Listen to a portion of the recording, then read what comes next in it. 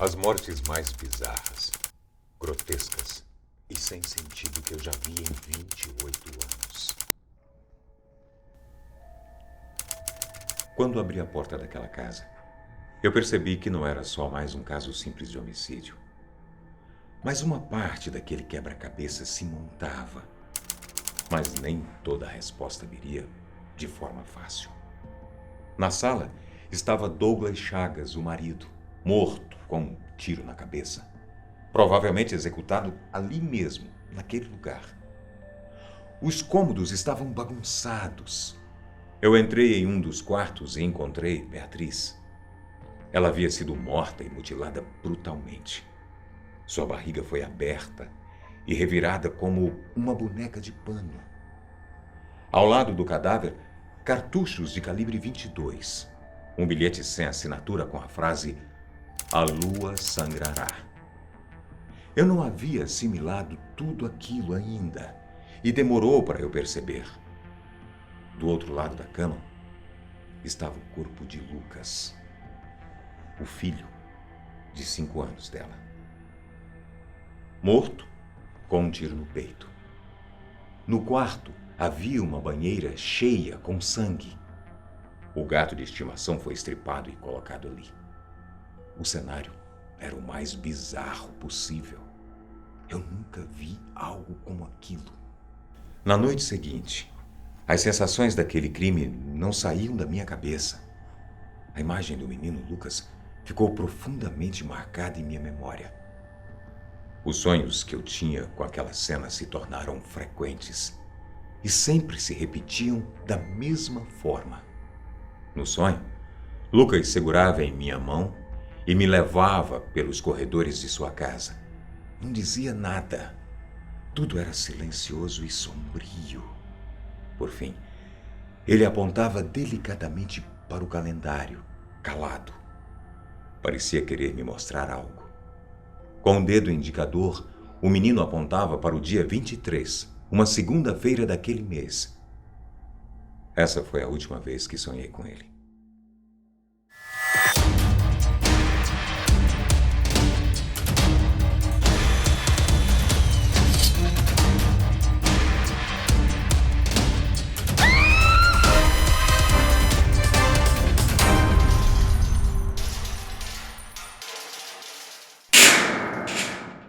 Escrito por Hal Wilson, baseado numa história real.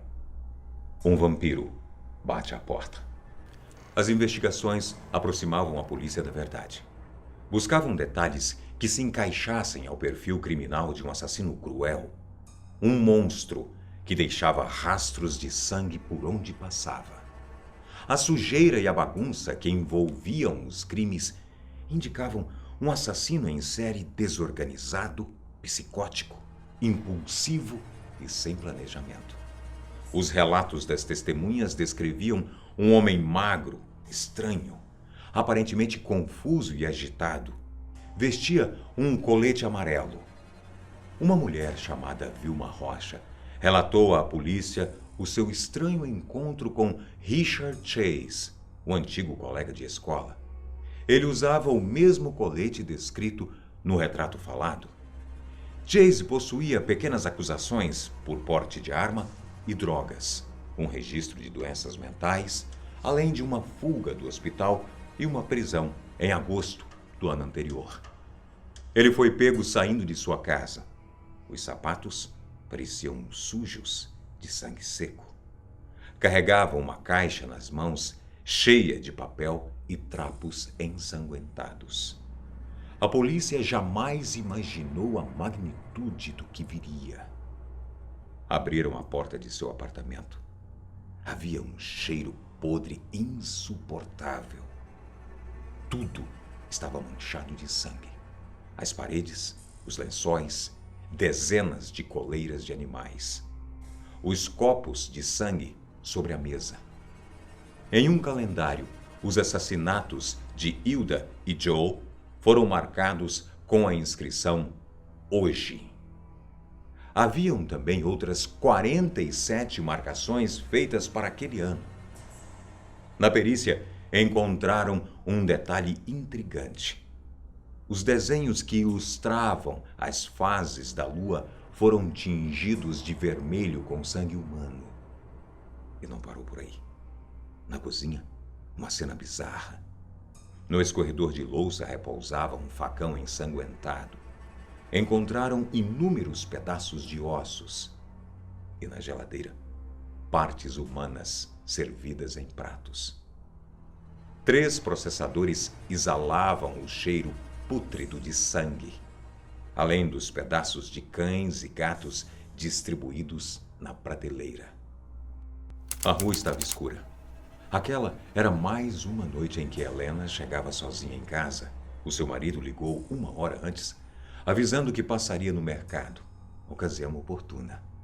Ela pensou em preparar um jantar, pretendia contar-lhe a mais alegre surpresa. Mas nem tudo saiu como planejado. As luzes da rua se acendiam em silêncio. O vento soprava, estranhamente mudo, e o vazio se aproximava. Helena era uma jovem de 22 anos.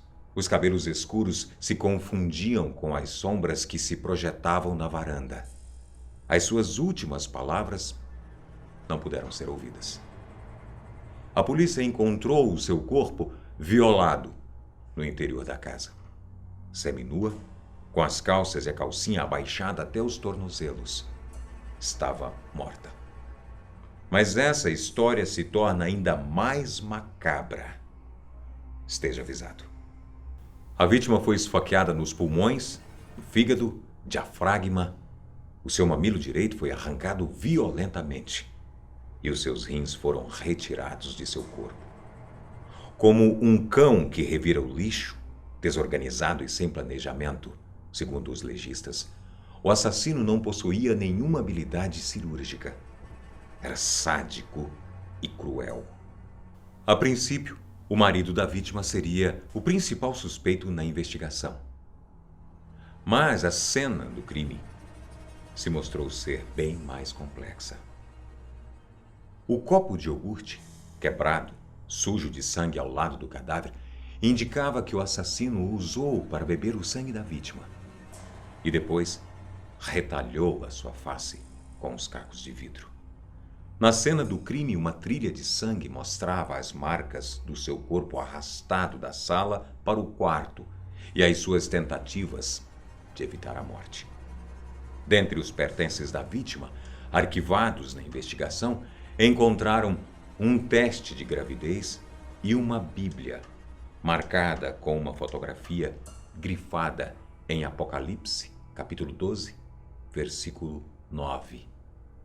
A perícia apontou que Helena estava grávida. E foi precipitado o grande dragão, a antiga serpente, chamado Diabo e Satanás, que engana todo o mundo.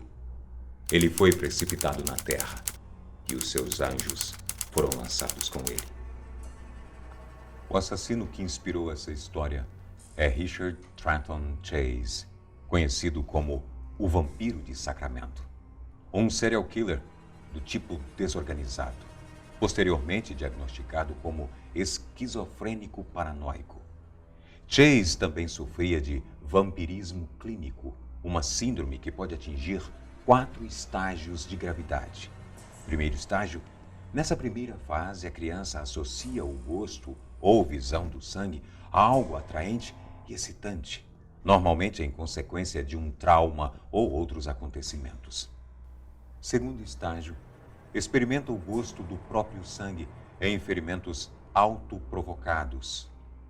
A hemofagia se torna mais frequente. Terceiro estágio: nessa fase, o doente começa a beber sangue de animais.